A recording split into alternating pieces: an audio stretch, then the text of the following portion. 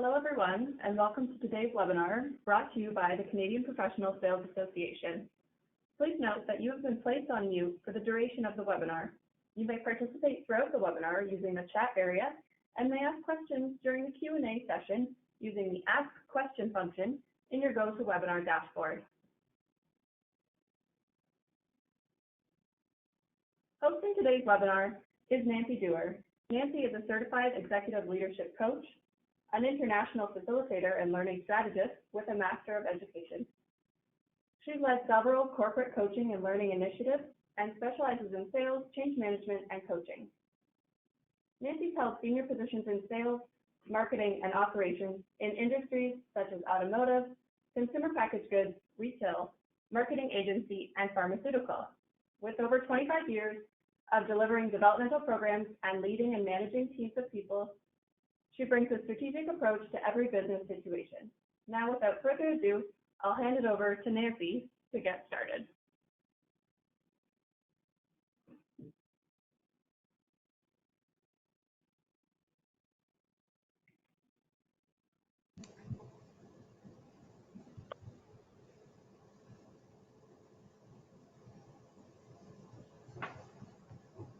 Hello, everyone. Can you hear me okay? Hopefully. Okay, so welcome to our session today. I'm thrilled to be working with you on this topic, and we will be spending the next hour and a half together roughly to go through preparing for client objections. So throughout the session today, we will be asking you to participate either through a chat box or also through some poll questions. So please feel free to use those. I will prompt you as we go through to utilize that. So, so we will get started with no further ado. Okay. Sorry, I'm just trying to move my screen here. Oh, sorry, I just can't move my screen for some reason. It is, oh, here we go. Okay, sorry about that. Okay, so learner outcomes, let's start here.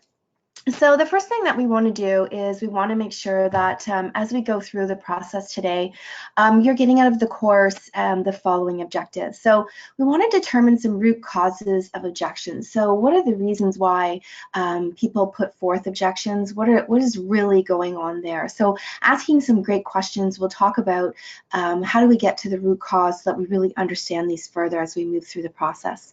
We want to develop some strategies to properly address them as well and understand and anticipate common objections so that when we go into handling objections, we have some ideas and some common things that we can come prepared with as we go through this process.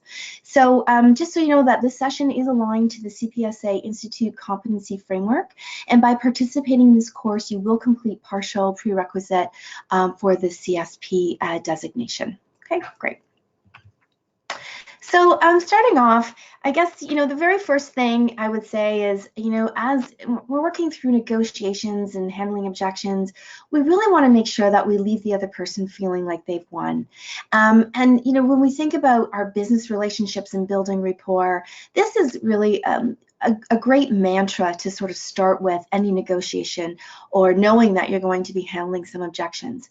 So in this win-win, you know, we really want to make sure that the other person feels that they walk away feeling that they've won. So anybody want to provide some information or some chat on why this might be important? So if anyone can get into the chat so we can practice that and see if you can answer in there, and just let us know, why do you think that this might be important to leave the other person feeling like they have won in any sort of negotiation or handling objections?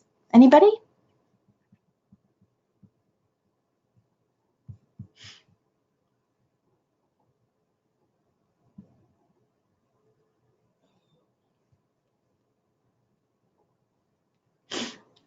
I don't see anything as of yet. Anybody want to add in a chat for our very first chat today?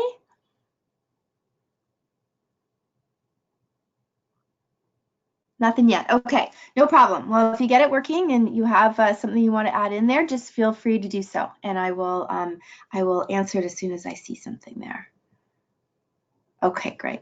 Okay, so why we might want to make the other person feel like they've won. We certainly want to make sure that we continue to keep the relationship solid.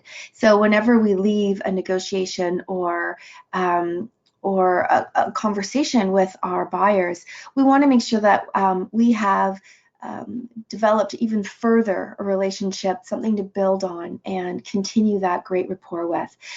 So, you know, we want to make sure a few things too, that we reduce any possibility for things going wrong where they look for another supplier, or, you know, if it's an RFP, that we get into some sort of lawyer situation that we don't want to be involved in. The customer also might come prepared for our next time when we do some negotiation, you know, ready to be a little bit more negative or scrutinizing our offerings or not being as cooperative with us. So, you know, we don't want to do anything to make the implementation more difficult or costly. So keeping everything on the up and up is really going to help us as we move through the relationship and continue to build on the relationship. And so we want to also always remember that we want client referrals. And so making sure that they feel like they've won is only going to help us here. Okay. So I am going to ask you now to use your poll option on the webinar. How often do you negotiate with your clients or customers? Yes. Hello? Sorry, I just realized we got quite a few responses in the question area and not the chat area, so I thought I just might read those out to you. Excellent. Okay, thank you. Okay, so one of them was to start the relationship off on a positive note and hopefully build for the future. Nice. We had one that said empathy, so they feel like you listened and got what they needed, or it means like your client is satisfied. If they're winning, they'll return. We had one that said a human wants to feel validated, and also that it ensures the other person feels as though they have attained something of value. Excellent. Excellent. These are all great suggestions. Thank you so much. And yeah, I didn't see those come through, so that's excellent. Thank you, Kate. They're just in the question area. I think there's a little bit of confusion. There's two areas to get communication through. There's the question area and there's a chat area. So if they do come through the question area, I'll make sure to pipe in. But if people are a little bit more adventurous, they can find the chat area where Nancy can see them. Super. Thank you. Okay, super. So now we'd like to ask if you guys are good with trying to do one of our polls. So hopefully you can go into the poll area and you're able to add in your answer. So if you see on your screen there, the question is, how often do you negotiate with your clients or customers? So if you look at, there's 4 options for you there. A is less than 10% of the time. B is 10 to 50% of the time. C is 51% to 80% of the time. And D is more than 80% of the time. So, so hopefully you guys are able to use that option and you can put in what you think. So I'll give you a bit of time to do that.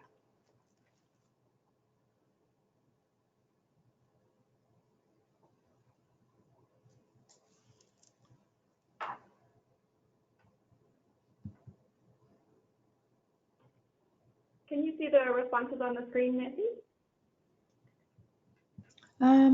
Just checking to see if I can see. Is it under poll results? Yeah.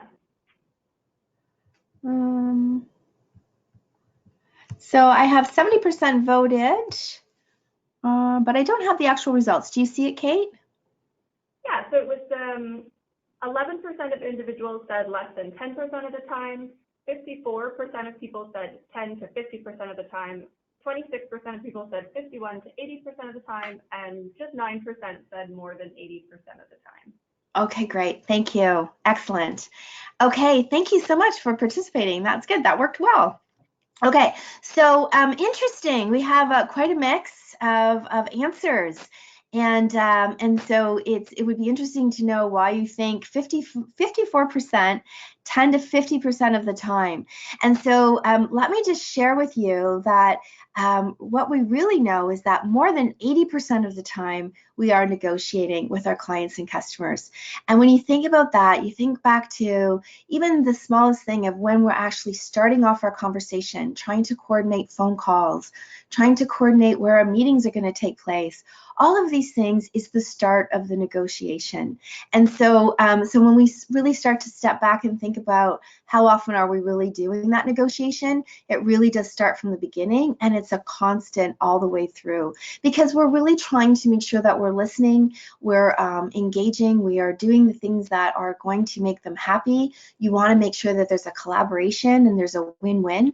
So as we go through the process, at every step, we continue to make sure that we are negotiating and making sure that there's a win-win for our customer. So, you know, so some of the things that are negotiable are the mediums we use. So we'll talk price and terms via text, or do we insist on meeting in person? The people, have we effectively negotiated that decision makers are present, or do we concede or deal with non-decision makers, like who's going to be a part of the meetings in the process? The place, you know, what's the location, what works for everybody, works for all of us, the date, the time, the tone, what do we accept for behavior and communications, you know, what is it that we want to make sure that as we work together, if there's some guidelines or things we need to be aware of. So all of those things are constant negotiations that that we start off with and we use as we go through our process. So, so yeah, more than 80% of the time. Okay, thank you. Awesome. Okay, so I'm just going to move to the next screen. So I want to talk to you about a situation, and this is an example where we really try to bring to light where this principle based on negotiations is really focused more on interests, not just positions. So, so imagine that one of our students and I are on a deserted island, and we're not sure if we're going to be rescued this week or if it's going to be 10 years from now. We have a lot of resources on this island, but we only have one apple left. We both think that we deserve this apple. So what do you think the most logical outcome might be? So if you're able to use your chat box there and type in an answer or a response to this, what do you think with the two of us, what would be the most logical civil outcome with one apple to share? So we have some students saying share it, split it in half, cut the apple in half. Excellent. A lot of sharing and splitting. Okay, great. Exactly. So that's normally what we get, is split the apple, right? And so, so what we want to say is, if I split the apple, I eat my half and I throw the core away. What if the other person picks the seeds out because they want to plant apple trees for the future, and then they throw the edible portion away? So what happens when this happens? Well, we know that this is potentially a better outcome, right? Because what's happening here now is there's an opportunity for the seeds to grow for the future. And so not only are we able to have both interests at heart, but we're actually able to understand better that maybe there's a different interest. Maybe my interest isn't hunger. Maybe I'm thinking about the future. And if I use my seeds in a different way, then potentially I'm going to have a better outcome for myself, because that's what my interests were. So it just shows you that, you know, sometimes when we're negotiating, we think that there is an obvious answer, and maybe the other person's interests or positions are different than ours. Maybe they're not hungry today, but they're thinking about the future and how they can build on, you know, more and more apple trees. So this is just an example of how we could potentially, you know, understand somebody else's positions versus interests, right? So there's almost always multiple ways to satisfy a set of interests. So it's just a mindset shift for us to think about, you know, when we go through our daily business and we think about our sales conversations and the obstacles and the objections that we sometimes hear, are we really listening to understand what those interests are? And are we brainstorming around some other ways that maybe we haven't thought of initially that could maybe help satisfy the interests of our customers, right? So it's just a little exercise to get us thinking in that way. Okay. So I just want to talk a little bit about power. So power is the ability to take action, and the more options we have, the more power we have. And so, and power is an interesting thing to talk about when we talk about handling objections and going through negotiations, because sometimes it appears that there is a bit of a power struggle, and this is something that we don't really want. We really don't want to get into these power struggles, but we want to establish power starting with interests, right? So we want to make sure that we're coming from that place.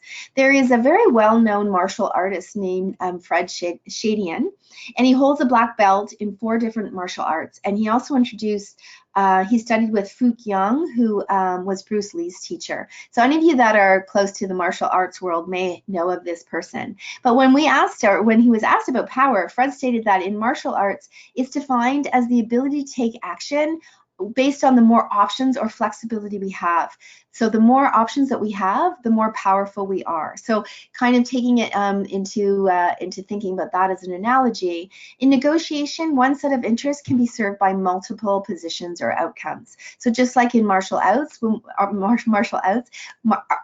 we have more options with our positions, then we have the flexibility to be more successful. And so what we want to make sure is that we really understand the why, and that we spend some time asking great questions around what is really the interest or the best way that I can serve you, so that I can help to develop and give us as many opportunities that we can to develop some mutually beneficial outcomes in the process. So this is where we really want to make sure that we spend some time understanding and also coming back with some different options that maybe aren't as obvious the first time through.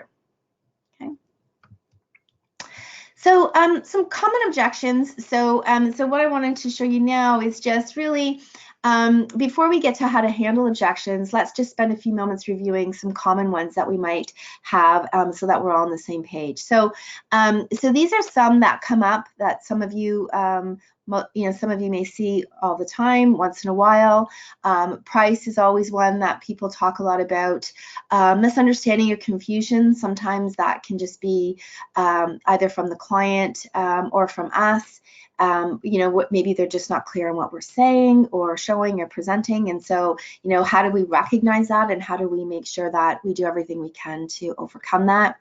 Price, sometimes we think price is not a real objection, and sometimes it's not. If we, can show real value, price may not be an objection, and sometimes it is, right? So understanding what the budget is and being realistic here, making sure that we know what they really are willing to pay is something that we want to make sure we spend some time on as well. Doesn't see the value or understand the perceived value. So the client is really just saying back, I don't understand this, or I'm not seeing what it is you're trying to see. And this is where we might have to go back with understanding further, what are those interests? Did I really understand what you were looking for? Asking some great questions here. If I haven't hit the mark, then obviously I haven't really understood what it is you're looking for. So how do we go back to the beginning and ask some of those questions again to help everybody understand where we need to get to, and then align differently and present back some perceived value solutions that you can find some common ground with. Right? So try and buy, this is where the person or the company is able to test, maybe using some samples or products for a certain period of time. And that sometimes can help people if there is some skepticism, right? So if you're able to do that, and so the skepticism is when the clients question you because of a lack of trust. So there's something there that is holding them back. It's either, it could be you, or there could be a credibility issue. You really have to spend some more time working with them or building some rapport. It could be the industry that you're working in. It could be your company. Maybe they had a bad situation happen with a previous sales rep or something that's gone on in the past. So if there's some skepticism, again, asking some really great questions around what their thoughts are, what the process of their thinking of where you're at, so that you can get to the bottom of what some of those questions might be, and hopefully be able to come back with some solutions or some ideas to get around that skepticism and build some real trust. Right? And trust, we know, is something that sometimes takes time to build, but we just really need to understand what is the basis of that skepticism so that we're able to get around it. Hidden or false, so where the client's giving an objection, but it's really not the reason that they're not buying or moving forward. So this could be a number of different things. Sometimes it's price. Hidden or false could be things like, my boss just doesn't really like it, or just giving you things to sort of get you to stop asking questions, or getting you to a real resolve. And so really trying to identify what are those hidden or false objections, getting to, is it really a hidden or false, asking really great questions. And sometimes you might find they really don't have the budget, so it's not hidden, but sometimes it is. And so making sure that, again, when we're given an objection, that we come back with appropriate questions to identify whether or not they are truly hidden. And a lack of interest is just when the prospect is satisfied with their present situation or does not see a need for your product or service at this time. And so, again, we still always want that win-win. So if there isn't a lack of interest and there truly is, this isn't the right time, or they've just spent all of their budget, or their budget's been taken away. I know that that's happened to me many times where, I've provided a client with some great ideas, some great solutions, and the reality is that it's the back end of the year and the rest of my budget has now been taken away, and so it's just not feasible. But I always keep that door open, because maybe next year when they have more budget come in, that they'll be able to think about some of the things that we talked about today, and maybe I come back at a better time where there's some new budget and some interest in the product or service. So we never want to close that door. We always want to make sure that we keep it open as much as possible. And again, if it's a timing issue, just identifying that, and perhaps there's some ways that we can do it differently in the future, right? So just identifying these common objections is just understanding what they are, identifying when it's happening, identifying it as an objection. And sometimes what I like to do is when I'm in a negotiation myself, I think about these categories, and I think about, okay, where does this objection land, or where is this response that they give me, where does it land if I'm really thinking it is an objection? And that really helps me to think about, okay, this is skepticism, so I've got to build some further trust. You know what, this person just really needs to try it before they'll buy it. So how do I get around that, and what are some sample opportunities? If they didn't see value, did they really not see value? Sometimes I ask the client, did you see value, or did this hit the mark? And if it didn't hit the mark, can I come back with some other options, right? So really helping myself sort of align with where the objections are sitting in one of these categories sometimes really helps me to determine how do I best come back with some other options or some other solutions to get around it. So what objections have you experienced during a negotiation in the past?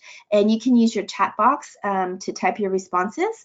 And I can share some as well. So I just recently went through a negotiation over a new training program that I was selling, and the client who has usually been very open to many of my suggestions has come back with saying that the price is too high.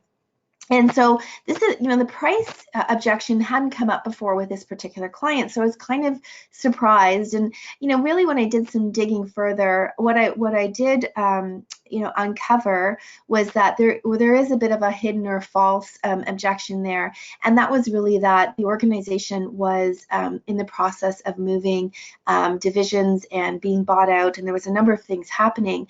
And at this time, budgets were pretty much on hold. So it wasn't necessarily the price was too high. It was more about timing. It was more about the transition that they were going through, not knowing who their new boss would be, not knowing if the division would still have budgets for this kind of thing.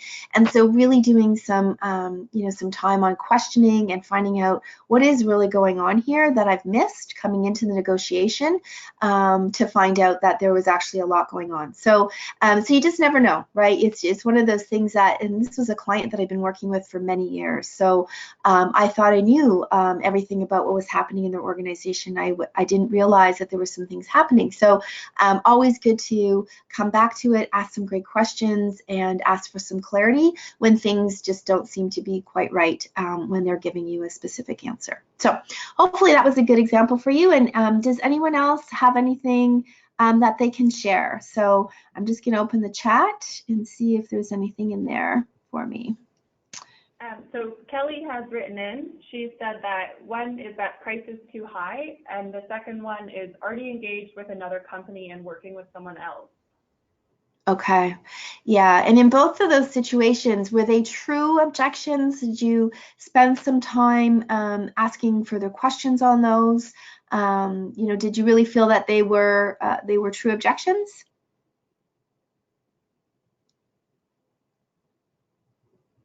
We're just waiting for Kelly to respond. But in the meantime, Laura had mentioned that lead time is too long and previous quality issues, so she was nervous to try again. Yeah, that's definitely a challenge for sure. Yeah, and I guess it's really building that trust again and understanding what are the things you do have control over and what are the things that you don't, and being very upfront about those things with your customer. So it's a great example. Thank you. Whitney had agreed. She said, yes, relationship with another company is what we see often. We also see product availability as an objection in conjunction with price. Yes. And again, some of those are real, some of them may not be, but that is something that definitely will come up, and having some good questions to just identify where are they on this on the objection scale. Are these real? Is there something I can get around?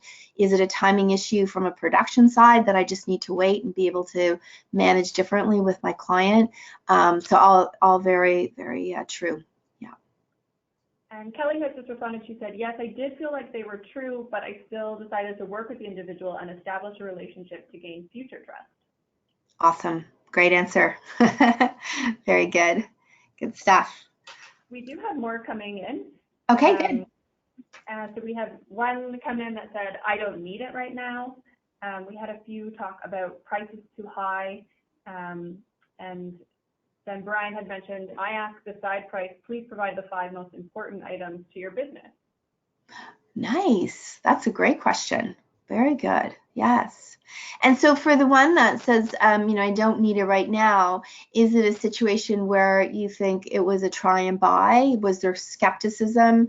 There could be, some things that we could uncover further, or, maybe it's just a timing issue, right? And we can come back at a later time. So there might be some ways to open that up a little bit more and explore further. And maybe you did that. So, yeah. And Great. Joanne was wondering, how do we get around exclusivity agreements?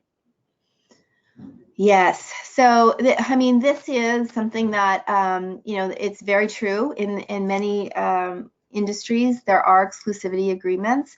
I think finding out as much as you can about how long those agreements are in place, what exactly are in the agreements, and continuing to build rapport with these clients for future. So what might be the potential opportunity for future, even if we can't do anything about it right now, exploring that and trying to build some trust and credibility with your industry or your company in the short term is always a good thing. So, sort of planning for the future is probably more realistic versus today, but really finding out what is around that exclusivity agreement, because sometimes there may be some ins, maybe some small wins initially, but sometimes it's just a timing thing that you've got to wait for that to be done. And Danielle has written in, she said, competition has given a better rate, which I believe also comes down to communicating your value. Absolutely.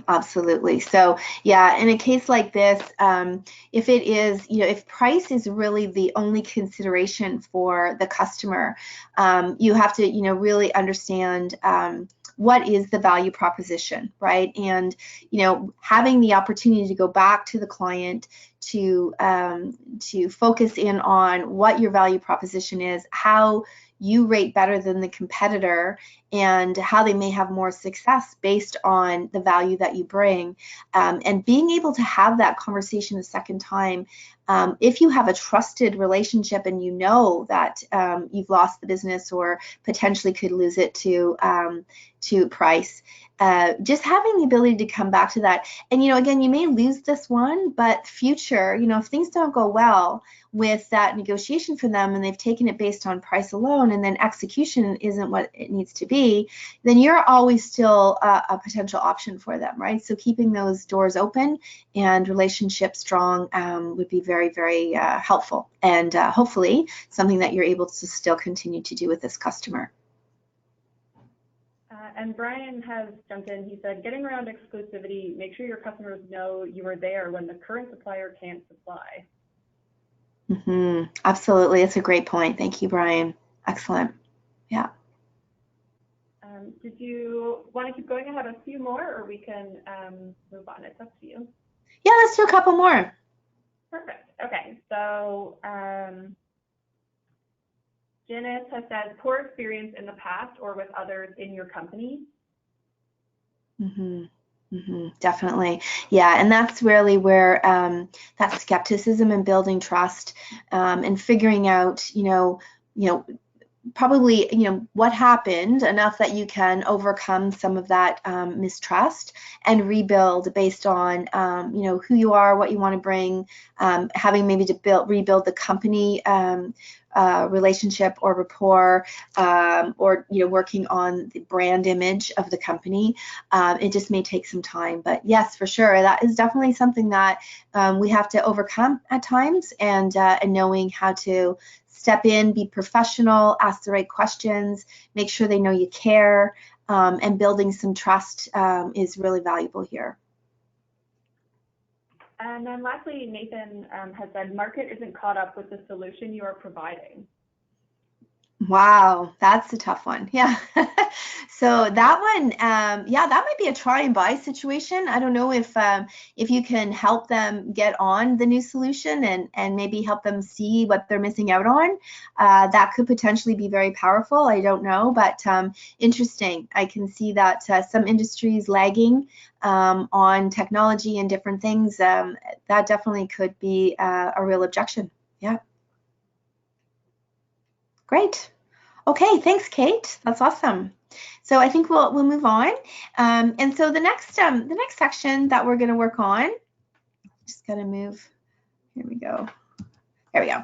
So what we want to do now is talk about how we prepare for objections. And so I'm going to walk you through our process, our 7-step process for preparing for objections, and so 5-step process. And so while we go through this, I just really want to make sure you're thinking about how you can use this, right, and how this might be helpful for you in your industry, and ways that this might really help you be a little more successful for your next negotiations. So when we prepare for objections, some of the things that we want to make sure is that we open the lines of communication and make sure that using a consultative selling process, handle objections will decrease significantly. So the more consultative that we are, that's really about asking the right questions, building the rapport, having that trust. It's really going to help us decrease these objections further. So in sales or in any negotiation, learning to handle objections strengthens our ability to clear away obstacles that may hinder the close and/or relationship building process with our clients. So implementing the following 5-point process for preparing to handle objections will help us deal with some common objections, problems, complaints, questions, scenarios, and hopefully some situations with more ease. So the first one, brainstorm all the possible objections. So this is a step where, sometimes you can do this with a colleague or your boss maybe, but brainstorming based on what you know, right? So going into the negotiation, having a list of what are those possible things that might come up, knowing that this is what I've seen before, this is what I've heard before. If you're new to this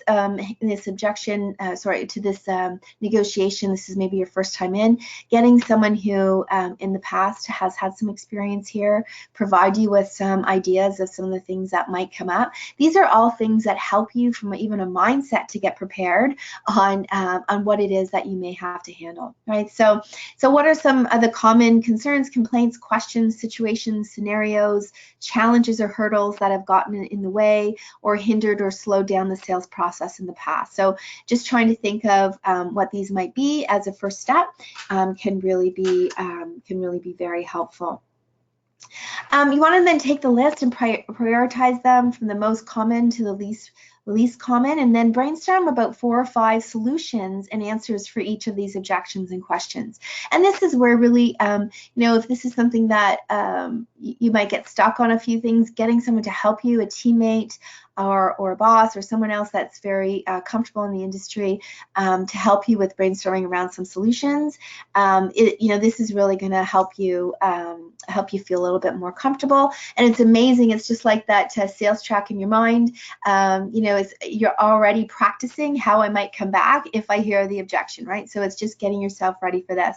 And here and then, post these objections and solutions. So this is, maybe it's around the office, maybe it's just for yourself, maybe it's just reviewing them before you go into your sales call, and revising them regularly with your team. So as you come out of negotiations and you learn more, sharing with others and also for yourself, revising and knowing that, okay, so that's something that's come up before and I understand why, and so just really being on top of it and posting them up is interesting because it's a reminder to you of how do I prepare for these sales calls? How do I come in with as much ammunition, as much preparation? What other research do I need to do? Who else do I need to get involved? What other support do I need? All of these things will help you be more successful as you go through this negotiation process. Okay. Any questions on that? Okay, great. Okay, so what is vital for objection handling? So as we go through the process of objection handling, we want to just talk through some of the things that are going to help us set us up for success. And so here, so vital for objection handling: preempt objections and plan your selling to keep objections to a minimum, so as much as possible. One of the things that we like to use. So I'll just go through the first 3. Always respond with a sales point. So obviously, whenever we have an objection, we want to come back with, so how do we make this relevant from a sales perspective?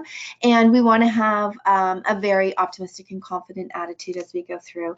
And there's one process that has really been utilized with a great deal of success, and this is something that is we've learned through Zig Ziglar. So if any of you know of his books, so he writes a lot of sales books. Feel, Felt, Found is a process that he uses here as an objection handling technique. So it goes like this: tell them I understand how you feel. So this is intended to tell the customer that you have heard them and that you can empathize. So that empathy piece is so powerful when we're trying to build trust. And so this I understand how you feel automatically sets them off, right? Like in a good way. Like it sort of helps bring them down to realize, wow, you really care and you're listening to me and that you understand how I feel. You then tell them something, tell them about someone else who felt the same way initially. So you're telling the customer that they're not alone, that things can change, and that, that they're not the only one experiencing that same sort of doubt or thoughts. And then you want to tell them how that person found that when they did what you wanted or they bought the product, that how they got what they wanted and how it was a really positive solution for them, right? So just to give an example to go through this. So I recently went through a negotiation with somebody. And they really didn't want to utilize a certain process that I was trying to bring forth. And it was a 4-step process for them to use during a coaching session. And I said, you know, these 5 steps or 4 steps will help you through. And so they said, you know what? I don't really think it's something that's going to work within the dynamic between me and my clients. And I said, you know, I really understand how you feel. I had somebody that initially had some aversion to the process, you know, and here was why they thought so. And so it sort of aligned with some of the questions and the skepticism that they had. So I definitely said that, you know, I've heard this before. And then I gave them the example of how when they used the coaching process, they were able to really open up the conversation in a different way. And I gave some specific examples of how it brought a better resolution and how it really got them to their goal. And so by providing a real specific example here, it was able for them to realize, okay, yeah, that might work. I see how this might actually bring me to the resolution that I need, right? So feel, felt, found is is a process that you can use to really help minimize any of that power struggle or argumentation or anything that might be coming up, and really making them feel that you're on their side, you've listened, and that really we can make some connections here for you between what the solution I'm proposing for you is and how this might really help you handle and get to the result that you're looking for. So it's something that if you haven't seen before, you can do some research on. Zig Ziglar has a lot of really great sales ideas and processes. So this is just one of them that I've used many times to really help me through some negotiations. So hopefully it'll help you as well. Great. So our 7 steps, we're going to go through our 7-step process to handling objections. And before I go any further, I just want to step back a bit and see if there's any questions at this point.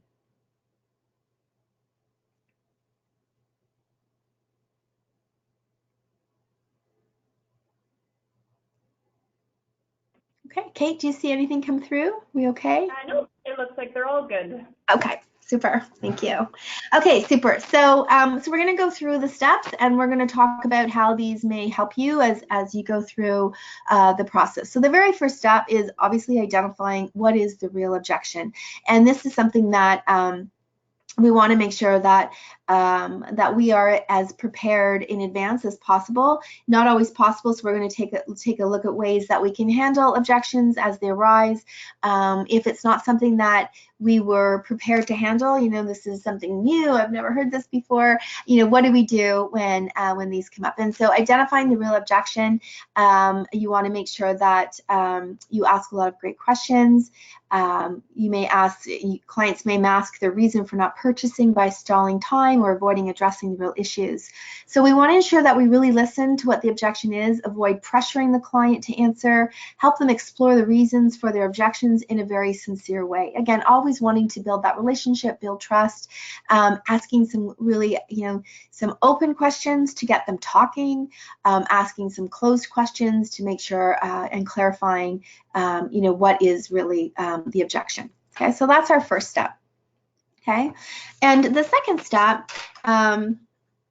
is that we don't want to overreact, right? So sometimes when people say how they're really feeling or they come back with the objection, and as we're starting to ask the questions, we just want to pay attention to our body language. And I know that might sound silly, but sometimes we are expressing and not meaning to how we're feeling, right? And so we want to just keep all of those reactions as we can.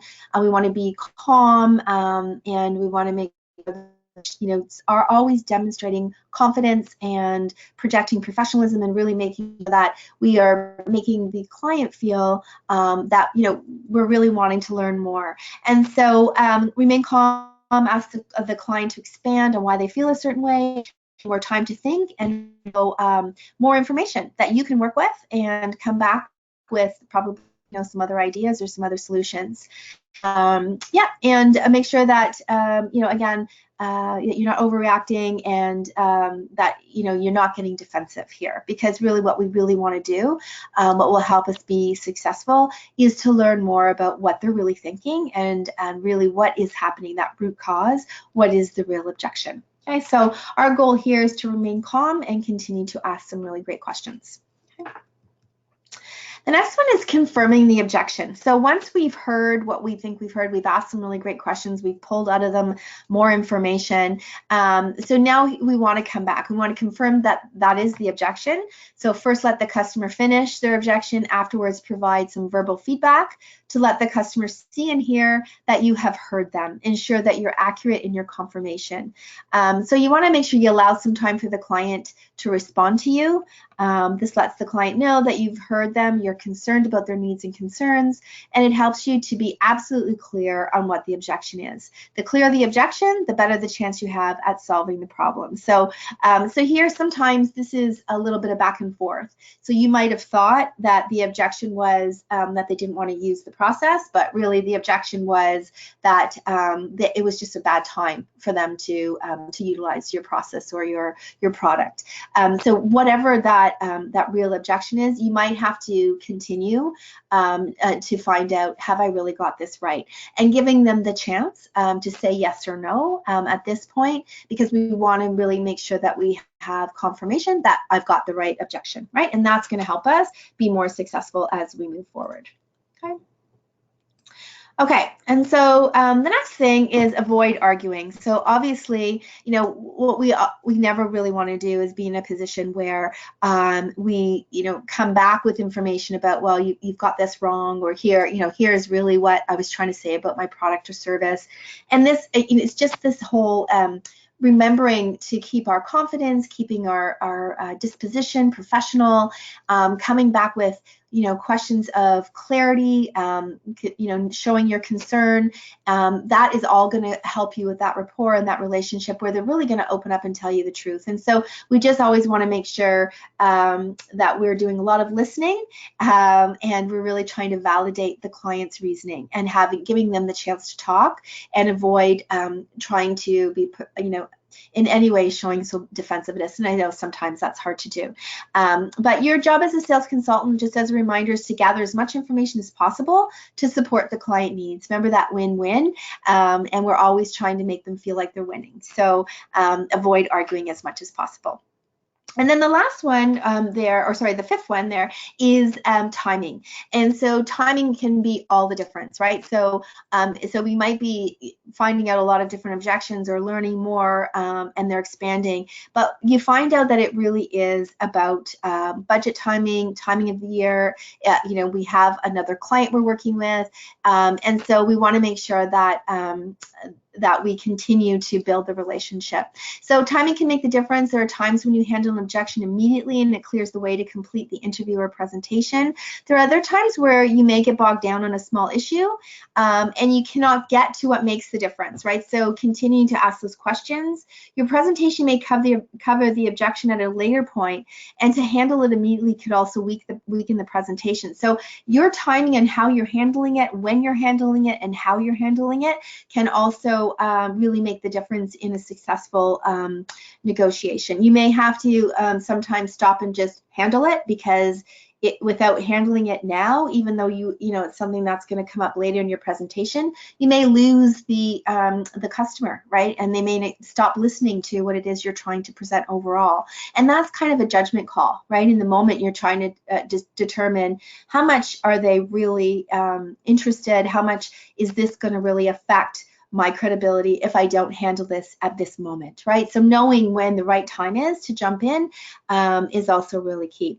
If you know your key decision makers will not listen unless a question is handled, it's wise to just go ahead and handle it, and it might save some time, right? It might actually get you to handling it, overcoming it, and moving to the next phases of your presentation and to the sale, right? So again, just in the moment, using your social skills and all of the the information that you're gathering in the room. As salespeople, we're really good at not only reading body language, but reading tone, and getting an idea of whether or not this is very hurtful, what I should do or not do, and really, getting in on those cues and those signals in the moment, knowing whether or not to handle the objection right now or to wait. If someone insists that you handle their questions and their body language indicates that that they've shut down, it may be wise to change directions and acknowledge that you can see it's important and that you're going to handle it, right? So just even having that open transparency about, you know what, this seems to be really important to you right now, so I'm going to take the time to handle these questions, or make sure that I'm proposing you're getting all the answers that you need now before we move forward. So awareness comes up. So if you're truly aware of what's going on during your presentation or your conversation with your clients, your timing becomes impeccable and you learn to trust your intuition. And for those people that are a little bit more new to sales, this is something that just really comes with experience and reading the room. And if you have somebody that's with you on your sales call, that maybe this is where some coaching might come in, and they might have identified some things that you might have missed, but really tuning into the environment, picking up cues, asking questions when you're not sure, really listening to the answer. All of those things are going to really help you be successful in making sure you get the timing down right as to when to actually handle the objection. So hopefully that makes sense for you. Okay. And then the next part is really about, is responding with a sales point. So in all of this, our objection obviously is to come back to closing a sale, right? And so how do we take everything that we've learned, overcoming the objections, hopefully understanding the real cause, the real objection, being able to manage that objection? How do we come back with a real opportunity here? So many questions and objections that clients or prospects say become opportunities for us. And so how do we acknowledge that? How do we make sure that we've identified that in the moment? And then how do we come back with a value-added sales point so that they see, okay, yeah, I understand, I can see how that works. So that would be the next piece. And then categorize and handle. And so this is really something that I think I talked about a little bit before, which is identify the common objections you're likely to encounter ahead of time, which is what we talked through. And then when you understand that, you can categorize what the objection is, and then also this is where if you've come prepared, then you know how to handle it, right? So it's like having that viewpoint, as I said, those categories of objections sort of ahead of time, and you know where it slots into one of those objections. Is it price? Is it timing? Is it skepticism? What is it that I really have to handle? That will help you be more successful as you work through the objection handling. Okay, so characteristics that really help us with our 7-step process is really ensuring that we demonstrate, our willingness to work with you, that we care, that we're honest, we're calm, we're flexible. All of those things are things that are really going to help us be perceived as someone who they want to work with in the future, be a problem solver, be somebody that can be a true partner. Because as we go through the process, again, looking always for the win-win, but it's a consultative process, means that we are able to talk through in a real consulting way what's going to work for you and why, and how I can be that partner for you, and how I can bring up solutions for you that are going to help you with your business and be more successful. And always trying to come back to those solutions, being able to provide specifics on how this partnership, the more you tell me, the more I understand, the better solutions that I can bring to you. That's the kind of conversations that we want to have as we go through the process of truly trying to develop a true sales partnership with our clients, because that's only going to help us succeed with our negotiations, and also make sure that we are building really strong rapport and getting all those client referrals that we need to get. So what other qualities do you think can help you succeed in negotiations? So anybody have some suggestions here? You can put in the chat box, or any questions that you might have at this time as well. So what other qualities do you have helped you succeed in negotiations, or you can see might help you succeed in negotiations. Jackie actually has a question. She says, Sure. Can you give me an example of a sales point response? Yeah, so I think, I mean, it really just depends on what you're selling. But when we say a sales point, it's really about bringing them back to your product or your service and really having them, first of all, understand it, you know, if the objection maybe was that they didn't understand what the product or service was, so maybe re-clarifying that, but coming back to how it can always benefit them. So that feature benefits, right? So what is the feature? What is the benefit? So a sales point is really, what is that benefit back to you? And so linking those things, you know, as you go through the objection process and understanding what really is important to them, what's really going to make them look great in front of their boss, or what's really going to help them, you know, to make the manufacturing process work better. And my product can fit in here, and here's the benefit to you. And so being able to be very clear on making those connections based on the information that you've learned is really going to help them see the value and come around to wanting to buy your product, right? So I hope, does that help?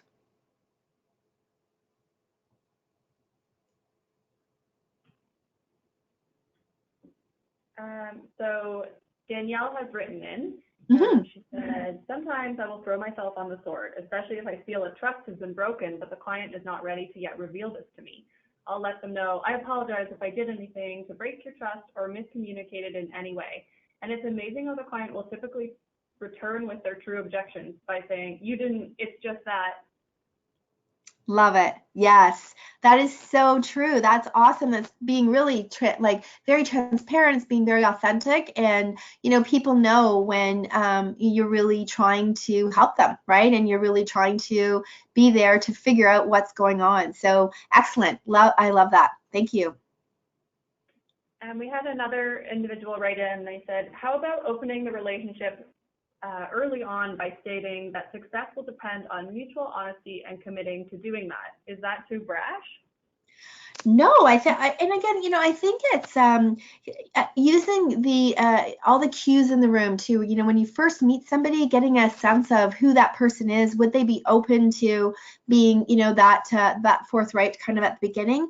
But if it's coming from you and that's genuinely who you are, and it comes across in a way where you show that I'm really trying to work with you, I really want to get to know you and build some trust, I think that's fantastic, right? But again, we always have to read the person that is our buyer, right? We always have to figure out what is their body language saying, you know, or what has my interaction been in the past with this person. So just making sure you're picking up on the clues. But I really feel that, you know, going in with that kind of win-win type of mentality is only going to help you. So I think that's great. Brian's written in, he says, having missed an opportunity, always repeat back to the customer the reason why they decided to go another way. For future meetings, always check back on the new supplier and how things are going. Yes, excellent. Yeah, that feedback is really a gift, right? And making sure that we are tapping in to getting as much information for ourselves. The more knowledgeable we are, the better. It's always going to help us, right? As we move forward with new clients, with older clients. So that's great. Excellent, excellent point. Thank you. And that's all that's come in for the moment. Okay, super. Great stuff. Okay, so, oh, well, actually, we're at questions. So I think we've gotten to this point a little bit earlier. Are there any questions that anybody has on anything that we've covered? Or is there anything further on what we've covered today that you'd like me to go in some greater detail on?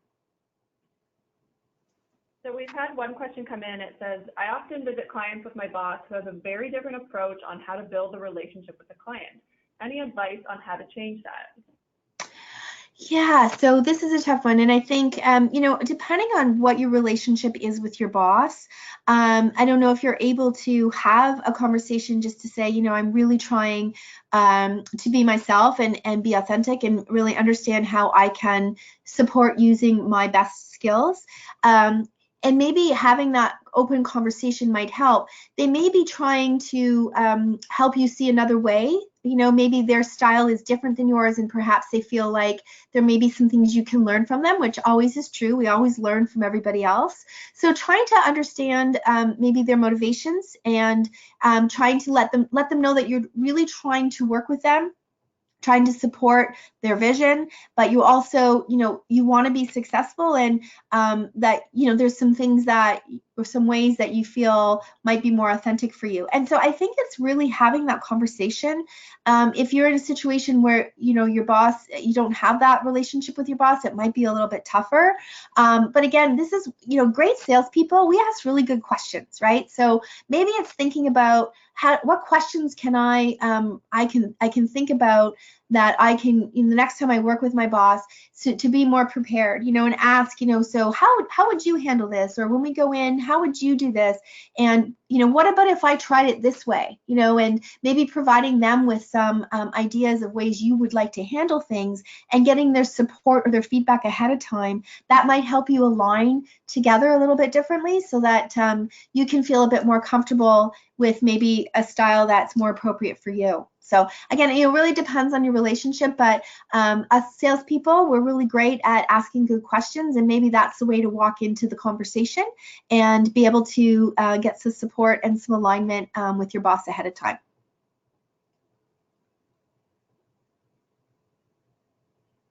Any other questions?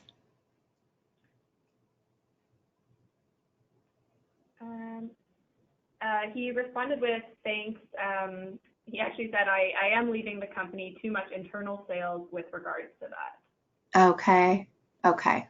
Yeah, that's too bad. But yeah, I mean, these are some things that as we work through and understanding where our skill sets lie, really making sure we're getting a good fit too, right, is important. And so best of luck to you. So then we had Frederick said, in proportion, do you think that objections are the result of a weak preparation and or need assessment and comprehension from the rep?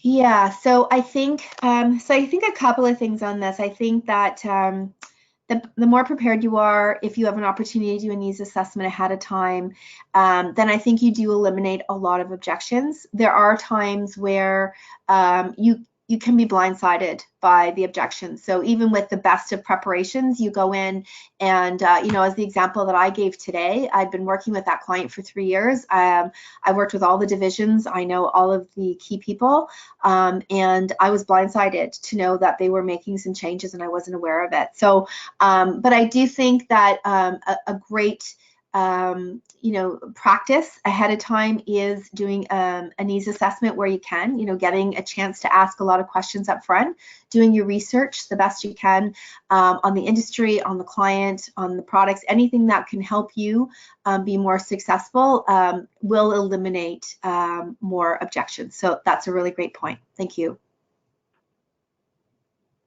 And so we have one question. He says, thank you, or merci. We had one individual say, in an industry that is heavily commoditized, what is the best way to handle the price objection to move the sale beyond that? I.e., I can get this for 200 less with 3 others. Your price is too high. Yes, and it really depends on the industry, but I would say that, is there a value proposition that you're able to come back with that really does show that, there are some differences, and maybe it's a service, maybe it's just the way that you work together, or, maybe it's something other than the actual product that you're able to deliver differently. I don't know. It's one of those things. I think sometimes when it truly is commoditized like that, and there isn't a lot of flexibility around other things that you can be doing, price may be something that it's real, right? And there may not be a lot that you can do. So I think it's, again, always just making sure that the relationship is built.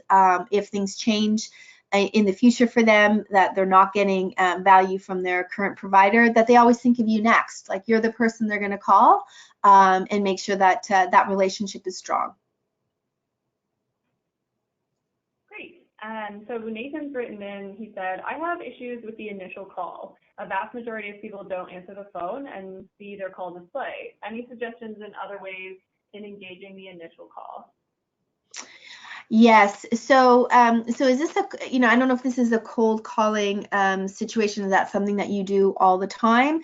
If there's any way to have a warm lead, somebody that can refer you in, or if there's some way that you can do some research to find out somebody in the company that might be able to help you in some way. I think, cold calling it's a separate skill, really. It's a whole other workshop that we can provide, some direction on there, but it definitely is difficult if, they're not picking up the phone initially. I think it's trying to figure out ahead of time, best you can with some research, what would be interesting to them. Maybe that's, putting it in an email ahead of time, or trying to get a set time for a call by utilizing some ways to get some interest ahead of time, either through other people, or either through research, or either through an email connection first, so that you know that you can at least get or maybe it's a referral, so that you can at least get them on the phone the first time. So some strategies around creating some interest ahead of just trying to pick up the phone, if that's possible. And we actually had a suggestion from another participant. He said suggestion for cold calling is to co-video, which is a bit different. Yeah. Okay. And Stephen's written in. He said the biggest objection in my industry is I'm happy with my current supplier. Any tips for overcoming pre-existing long-term relationships? Yeah. Well, I think really, when I get that objection, I would just say, like, what is it that they're doing that you love? Like really understanding what is it that they're hitting the mark on. And the more that you get them talking, I think the more beneficial will be for you, because hopefully out of that share, you're going to be able to determine where there's a gap or an opportunity in the service that they're providing, the product they're providing. And it may not be short term, it might be a longer term solution, but really understanding what value are they seeing, and how do I know that through my product offering or my service that I'm actually better on this, and this, right? And so just getting the more information on that, understanding how do they see this long-term relationship really benefiting them, and making sure that they're up to date on, maybe things have changed. If it's been a really long-term relationship, maybe there's some new things that are happening in the industry that your current provider, because you're so comfortable with them, maybe they share with you some of the new things that are happening, or aren't leading edge on some of the things. So there's potentially some opportunities there once you get them talking about what is so great about the relationship that you have, just so that you have a chance to really fully understand. So hopefully that they will share that, and then be able to build a relationship on you really trying to know best how to service them potentially for the future. So Danielle's written in, she said, do you have any suggestions on handling incoming calls where the potential client is only looking to collect quotes and have sent their assistant or receptionist to do so? Okay, so it doesn't give you a lot of opportunity to really get to the key decision maker, or to provide back much information. So I guess I would say that what are the options there? When they actually call in for a quote, are you able to come back with providing extra information in the quote? Can you ask for a meeting? Is there a way to find out who the actual decision maker is? Can you ask those questions? Can you ask for a timeline? Like, what is the timeline of what you're doing? And then perhaps you can find a way to provide them information before the final decision is made. Maybe it's an email, or maybe it's dropping off some product samples, or maybe there's other things that you can do before that decision time is made. So I think it's asking a lot of questions, finding out how do I better service you, letting them know that you would like to provide a better service to them overall. And to do that, I just have questions or ways or things that I'd like to be able to provide to you. So hopefully you're able to either email or question the person that has been sent along to explore further what might there be some opportunities that instead of it being a really black and white transactional process, you're able to add some value along the way. Perfect. Jen has reached out and said, how many times should you do follow-ups after initial close? That really depends on your product and your service and you know, how it's going. I would say that initially, you know, you want to check in a couple of times because things can change. Initially, something might be going really well, and then, you know, a few weeks later, things change.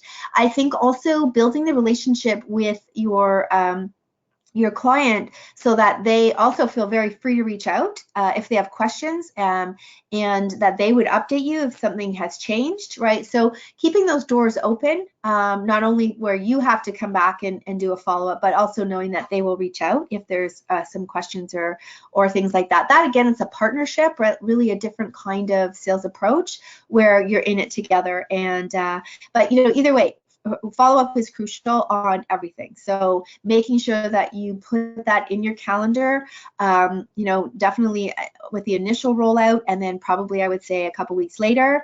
And then from there, it really depends on the cycle of your sales cycle, your product, your service, and what you really think would best serve the customer. And you could ask them that. You know, you could really just be upfront and say, I want to make sure that I'm servicing you the best way. How often should I follow up?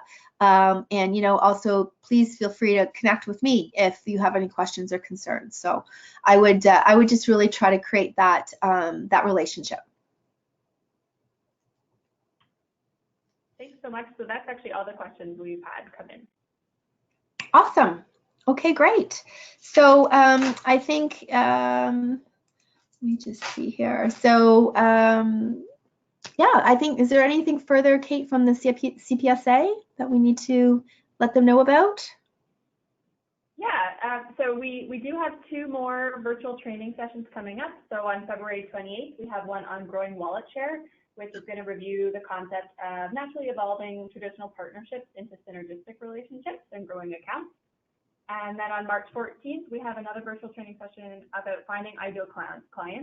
And in that session, you'll uncover the best ways to use market research to identify how it can help increase the quality of your funnel and improve your closing ratios. And so hopefully you guys can join in those next virtual training sessions. But also on behalf of CPSA, thank you so much, Nancy. That was excellent. And of course, thanks to our audience for attending and participating. And if anybody has any further questions, they can reach out to the CPSA at salessuccess@cpsa.com. Great. Thanks, everyone.